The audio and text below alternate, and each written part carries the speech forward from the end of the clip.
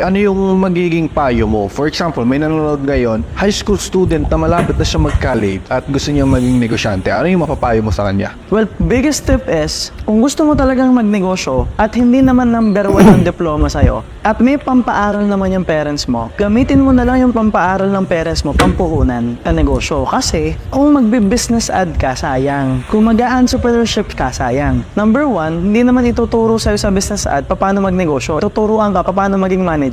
Empleyado pa rin kasi yun eh. Number 2, yung nagtuturo naman sa'yo doon, hindi rin negosyante. Empleyado rin yung nagtuturo. Tapos wala namang negosyo yung mga professors niya. Huwag niyo subukan. Ako mismo nagsasabi sa inyo, huwag niyo subukan. Kasi okay yung point niya eh. Pero kung ilalapat mo kasi siya sa realidad, ang labo eh. Anong sasabihin mo sa magulang mo?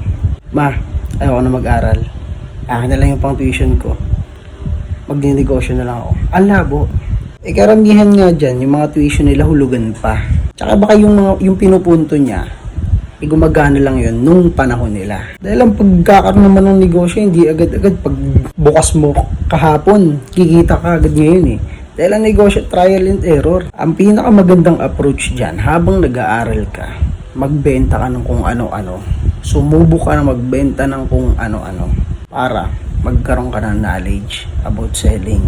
Pero yung advice niya, wag niyong gagawin yun sa mga kabataan dyan. Dahil ang labo nun. Bakit ko nasabi? Paano ko nasabi? Kasi ako mismo subuko yun. Ngayon, wag niyong gagawin yun. Ayos lang na nagmamanifest tayo ng mga bagay-bagay, lalo na ng mga pangarap natin. Pero gawin natin sa pinaka-safe na paraan. Gawin niyo ng sabay.